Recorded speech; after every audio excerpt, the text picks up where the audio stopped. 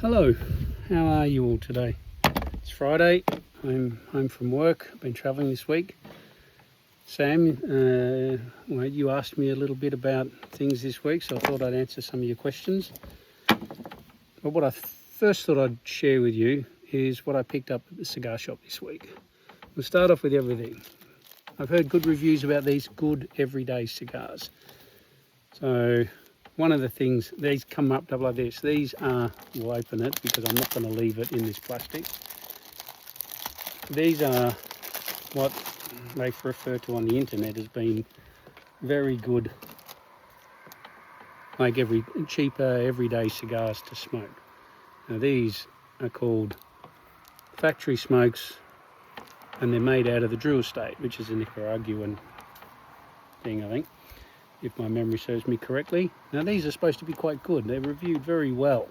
Now of course I was able to buy a brick like this, and that's got what, 25 cigars in it or something like that, and it was a little over 1,000 crowns, which is probably close to 200 Australian dollars. Now these ones, they work out to a little over, like $10 each, so that's quite good value, Now, because these ones, the warning label, like if I look at something else that I picked up, here's a My Father that I picked up this week, and you can see with this one, it's got the warning label all over it. That annoys me a bit, because I don't know a cigar smoker yet that has bothered to ring or go onto the website and bother with that, because it's really just garbage. It's a waste of taxpayer funds. But these ones are not. So these ones, once you open the main packet, they're individually wrapped like this. So because there's no warning label on it, I will put them in the humidor like this. But the warning labels irritate me a bit. I just think it's government bureaucracy going a little bit over the top, So they're supposed to be quite good, these Drew Estate ones. So I'll be trying these out, and if they work out to be good everyday cigars, I will keep them in my humidor. Now the other good everyday cigar that the guy, I've heard some good things about them online, and I'll open one because these ones do have the warning labels. So much so you can't even see what brand it is on the outside, which, is irritating. So I'll open it up so I can show it to you.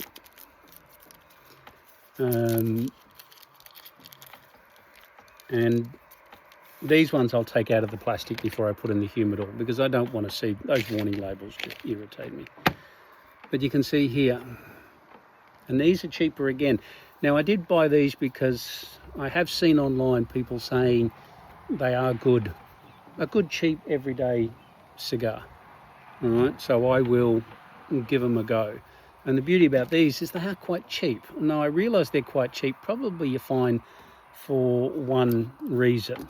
Right now it's got a mixture of Ecuadorian tobacco, Indonesian tobacco and Nicaraguan filler.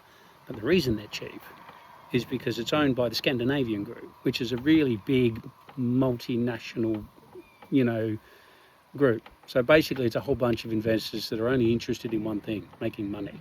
They don't really give a shit about cigars. They care about making money. They smell okay, and we'll see how we go with those ones. I only bought 4 of them to start off with, but I'll try them.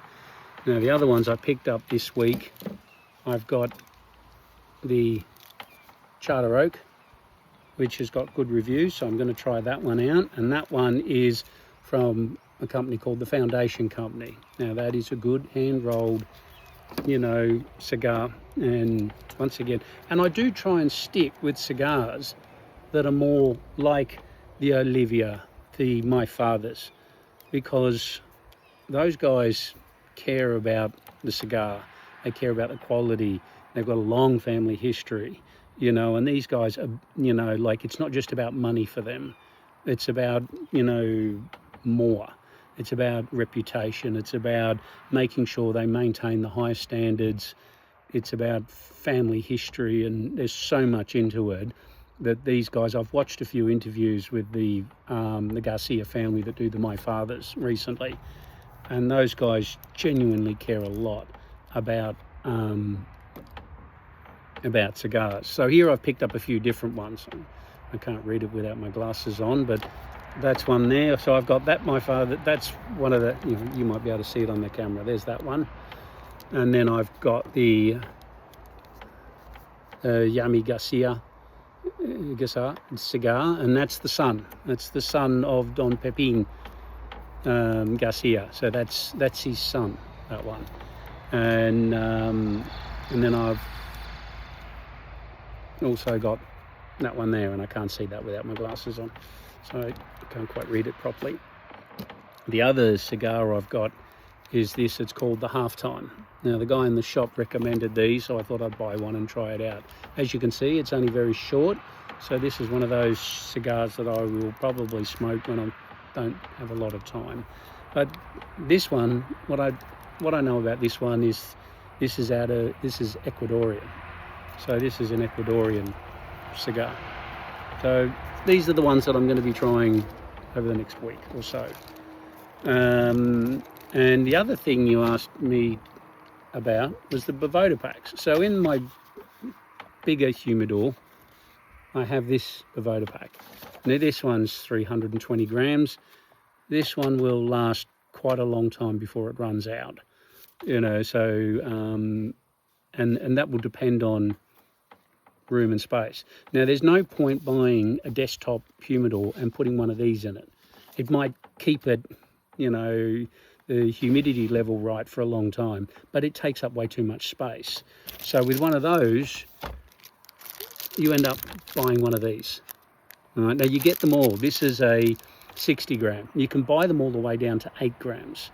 All right, and you use them depending on how much space you have. Now, in my desktop one and that other glass one, which I can go through the humidors again if you want me to, so you can actually see them on camera. But in the glass one, because they do say you shouldn't really have humidors with glass fronts, but that other one I've got, it's old, it looks nice, and I will maybe, it seems to seal up okay, and it does seem to keep the humidity above 60. So it seems to be working okay, so I will keep it. And it didn't cost me much to buy. But with that one, I have one of these and one of these. So one of these on the bottom and one of these on the top shelf. So sort of help it along a little bit. Now, the other thing I've got, Rach, for when I send you cigars, because of the Australian import rules, I can only send a couple at a time if I'm going to send you any. But you get bags like this. So that way what I can do is I can slip a couple of cigars in here. It's got a little 8 gram Boveda pack inside. And because it's such a small space, like it'll fit a few cigars in here and keep them well, the humidity level correct, as long as I don't keep them in heat, because you want to avoid that, then they'll be fine. And it should, so that if I'm sending you gifts and things like that, well, that'll be able to be like that for quite some time.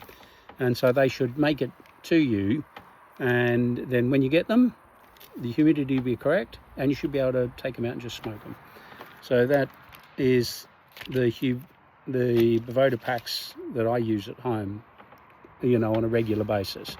Now, they do say, Boveda say on their website, and they do have stuff on YouTube about it, that you shouldn't recharge these. But there is a lot of people on YouTube saying that you can. Now, I haven't tried it myself. They don't cost very much, so I don't mind buying them. Now, maybe one day when one of these runs out, I might give it a go and see if it actually works. But we'll try that one out. Now, the other thing that I bought, because I smoked a cigar the other day, and I won't say it on camera because just in case somebody else watches it, and this is going on YouTube, so I don't want to upset any cigar makers. But I did smoke a cigar the other day, and it was packed a bit too tight. So the drawer was very heavy, and that caused it to go out a lot. And I saw one of these, so I bought it this week. Now, what I wanted what I should have had for this was one of these. Now, one of these, it came in the nice box, you know, like this.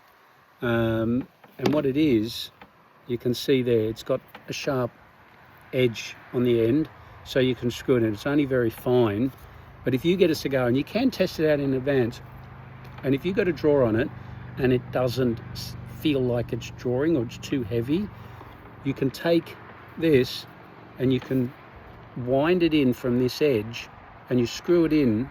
You don't want to go all the way through, but you screw it in so it goes in, and then you pull it out. Right? And that allows the flow to improve somewhat. So I bought that this week because I've still got a few of those other cigars in my humidor, and I've got a suspicion that the other two that I've got might also draw heavy, and that means they've been packed a bit too tight. So that's what I bought that for. So that has been my cigar haul this week. All right, so we'll try out those everyday cigars, and I've got some other ones here to try with the My Fathers and the Charter Oak and a Half Time. That's what I'll be trying out over the next week or so. Now, I've got to admit, I am a big fan of the My Fathers, so I think I am planning on buying quite a bit more of those and putting them in my humidor. But of course I will have I want to settle on a everyday cigar, so a cheaper cigar that if I'm working in the workshop or if I'm in the garden doing something, I can grab a cigar just for the sake of having one. And as you know, I've got my pipes as well, and I know, Sam, you asked me to go through the packing and different things with that, and I'll do that on a separate video.